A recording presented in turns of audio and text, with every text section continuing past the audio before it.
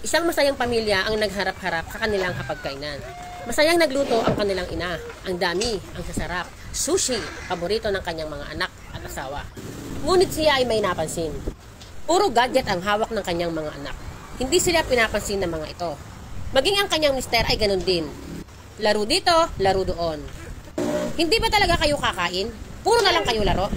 Anya. Nag-isip si Mami. Kahit anong gawin niya alok sa kanyang mga niluto, ay hindi siya pinapansin ng mga ito. Sinubukan na niyang bigyan ng kanyang asawa, ang kanyang panganay, maging ang kanyang bunso. Ngunit baliwala lang siya sa mga ito. Sige lang, nasa isip niya. Patuloy pa rin niyang inaalok ang kanyang mga anak, ang asawa, hanggang sa naisip niya. Baliwala ang kanyang effort.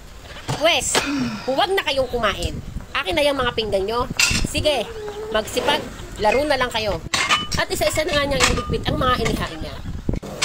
Ang sabay-sabay na pagkain o ang aral sa hapagkainan ay mga mahahalagang leksyon na natutunan habang sabay-sabay na kumakain.